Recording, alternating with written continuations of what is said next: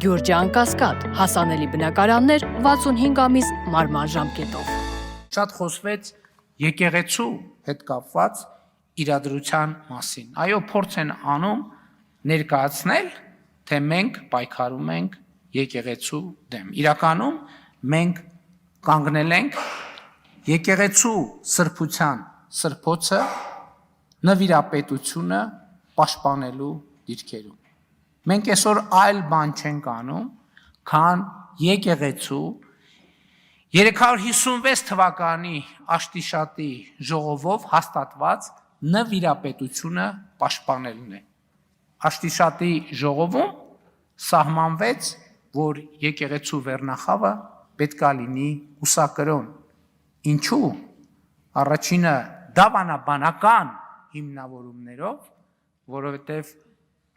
այդ դավանաբանական հիմնավորումներն է, որ եկեղեցու եւ Հիսուս Քրիստոսի եկեղեցու ծառաները ամենանվիրված եւ հավատարիմ ծառաները պետք է մոռանան անձնական կյանքի մասին, պետք է մոռանան ամուսնության մասին եւ պետք է ամուսնանան եկեղեցու հետ, պետք է անձնական կյանք ունենան եկեղեցու հետ, իրենց անձնական կյանքը պետք է պարփակված լինի Հիսուս Քրիստոսի ծառայության եւ ոչ որևէ այլ բանի մեջ։ Եվ այս նվիրապետության շնորհիվ է նաեւ, որ պետք է երաշխավորվեր եկեղեցու բարոյական, գաղափարախոսական եւ նյութական անվտանգություն այդ թվում, որովհետև այս որոշման տրամաբանության մեջ նաև այն էր, որ եկեղեցու ունեցվածքի նկատմամբ ուղղակի կամ անուղղակի ժառանգական իրավունքներ չծագեն, որովհետև ամենայն հայոց կաթողիկոսը հայ առաքելական եկեղեցու գույքի տերն է երկրի վրա։ Տերն է երկրի վրա։ Եթե հայ առաքելական եկեղեցու կաթողիկոսը ունի ժառանգներ, այստեղ անխուսափելիորեն ծագում է ժառանգական իրավունքը։ Կուսակրոնության, նվիրապետության ուխտը, նվիրապետությունը նաև նրա համար է սահմանվել, որ անձնավորված որոշումներ չլինեն եւ դրա եթե ես հատուկ կարդացի կուսակրոնության ուխտագիրը, որտեղ մարդը անձնական բոլոր բաներից, բոլոր այսպես արտոնություններից կամավոր զրկվում է։ Իսկ այսօր մենք հակառակ պատկերն ունենք։ Մոմի գործի բանը հազար ներողություն ես բառիս համար, մոմի գործի նայողը կաթողիկոսի աղբոր տղան է, կաթողիկոսի չէ, Կտրիչ Ներսիսյանի։ Ամենամեծ թեմի առաջնորդը Կտրիչ Ներսիսյանի եղբայրն է։ Այն մյուս թեմի առաջնորդը իր քրոջ որդին է։ Եվ այլն եւ այսպես շարունակ։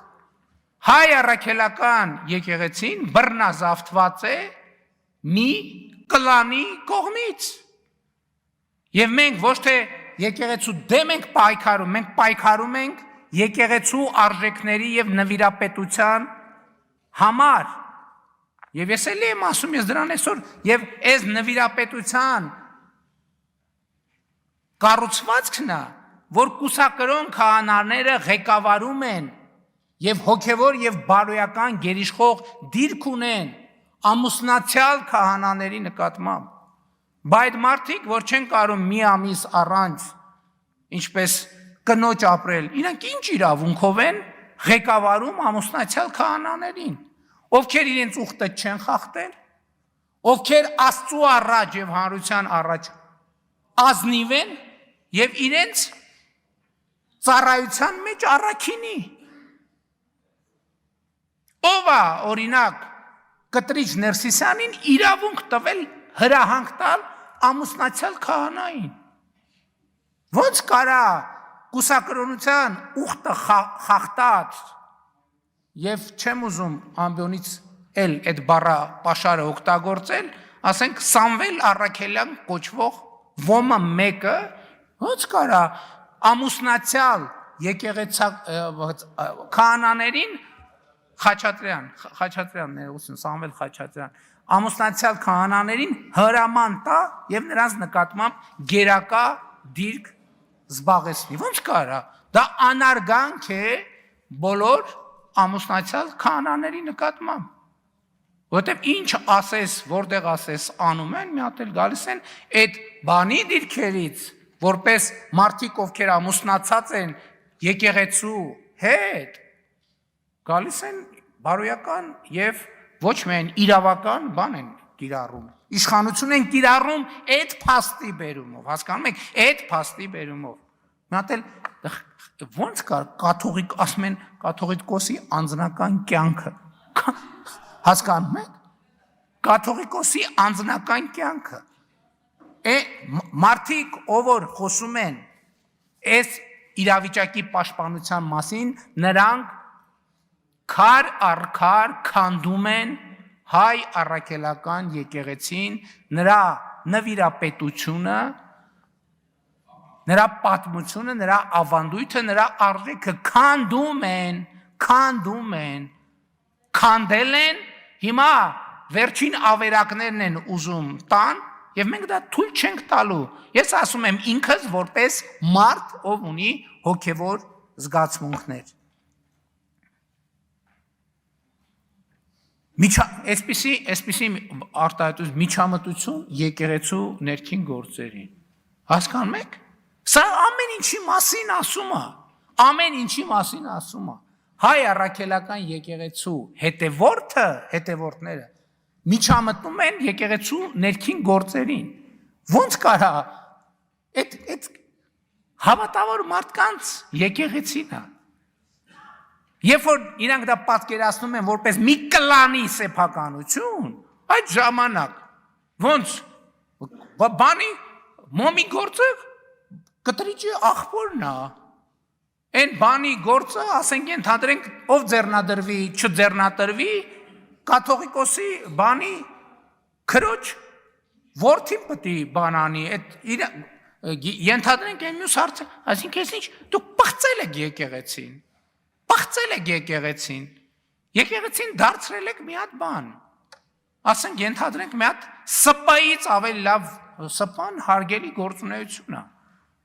ավազակների տեղ եք սարքել ինչպես Հիսուս Քրիստոսը ասում է նոր կտակարանում հաջորդը այս նոր խոսույթը այսինքն նոր չէ հին խոսույթը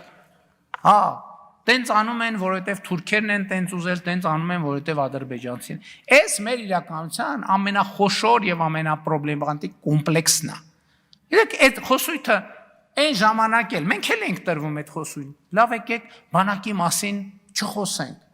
որովհետև դե թուրքերն ու ադրբեջանցիները լսում են վայ դրա մասին դե դա գաղտնիք է եկեք թուրքի ջրաղացին ջուր չլցնենք եւ այլն եւ Այս մի հատ ուրիշ շատ կարևոր բան կա։ Ես երբ որ խոսում էի հայրենասիրության կայսերական մոդելի մասին, ես վերջերս մի հատ ուրիշ բան եմ հասկացել, որ մենք մեր աշխարհ ենք ալելու մեր սեփական զգայարանները եւ ֆորմուլաները, բանաձևերը զարգացնելու խնդիր ունենք։ Ես այս վերջերս թերևս ոչ հրապարակային մի հանդիպման ժամանակ ասացի հետեւյալը. մենք աշխարհը ընկալելու սեփական ֆորմուլաներ չունենք։ Եթե անկարծ Ադրբեջանը, Թուրքիան, Ռուսաստանը եւ մի քանի այլ երկրներ որոշեն մի ամիս ոչ մի հայտարարություն չանեն, մենք կհայտնվենք մութ սենյակում մի վիճակում, ով գաղափար չունի ընդհանրապես այս որտեղ է հանգել։ Եվ սա մեր արտապետականության կարևոր առանձնահատկությունն է, որ ներդրված է։ Չեք տեսնում ես ինչ են խոսում։ Ինչ խոսում են, իրանք խոսում են այն ամեն ինչը, ինչ որ դնում են այստեղ, որևէ մեկը Հայաստանում ծնված ընկալում չի։ Մի մասը, այսինքն ամբողջը արտաքին խոսույթներից ծաղկա խաղա, որը բերվում այս ամբիոն, եւ այս ամբիոնից մատուցվում է։ Եվ մենք պետք պարտավոր ենք առերեսվել այս խնդրի հետ։ Ընդդիմադիր պատգամավորն ասում ասեք, ինչ եք ուզում մեր ժողովրդից։ Ես կարող եմ ասել, ինչ եմ ուզում մեր ժողովրդից։ Ես ուզում եմ, որ մենք ճանաչենք աշխարհը։ Ես ասել եմ բազմիցս, ոչ մեկ չի ասել, հետո իմիջիայլոց ոչ մի լրագրող հարց չի տվել, ասել եմ երկրագունդը մեզ համար շարունակում է մնալ անծանոթ վայր, ոչ մեկ չի ասում, այդ ինչ ասցիր, այդ ոնց ասցիր, ոչ մեկ չի ասում, էսա, որովհետև մենք աշխարհի ընկալման մեր սեփական բանաձևերը չունենք, սրանում է խնդրեմը, եւ աշխարհը շարունակում է մեզ համար մնալ անծանոթ վայր, եւ այդ է պատճառը, որ աշխարհի մեր ընկալումը այն է, որ աշխարհը մի հատ ծայրահեղ անարդար վայր է։ Իսկ կարող է պարզապես մենք չենք ճանաչում աշխարհը։ Մենք չգիտենք աշխարհը, չգիտենք այնտեղ ապրելու կանոնները։ Որովհետև եթե դու երթևեկության կանոնները չգիտես եւ անընդհատ վրաերթի ես ենթարկվում, այդ փողոցը քեզ համար ամենաանարդար վայրն է, դու չես հասկանում ինչ են քո վրայով անընդհատ մեքենա քշում։ Եվ ասում ես, այս ինչ անարդար տեղ եմ ես ընկել, Աստված, ուր ես նայում Աստված, ով երթևեկության անարդարություն, թող որ ես թքեմ քո բաց ճակատին, որովհետև դու չգիտես, որ դու հայտնվել ես մի տեղ, որտեղ որոշակի կանոններ կան, անցում կա, հոծգիծ կա, լուսացույց կա, եւ պետք է իմանալ այդ կանոնները վրաերթի չենթարկվելու համար։ Մենք ուզում ենք, որ մենք ճանաչենք աշխարհը։ Էլի երկու բան կար ասելու, բայց թերևս դրանց կանդրադառնամ իմ Facebook-յան էջում։ Որովհետև այդ անդրադարձերը չեմ կարծում, թե արժանի են ազգային ժողովի ամբիոնից հնչեցնելու։ Շնորհակալ եմ։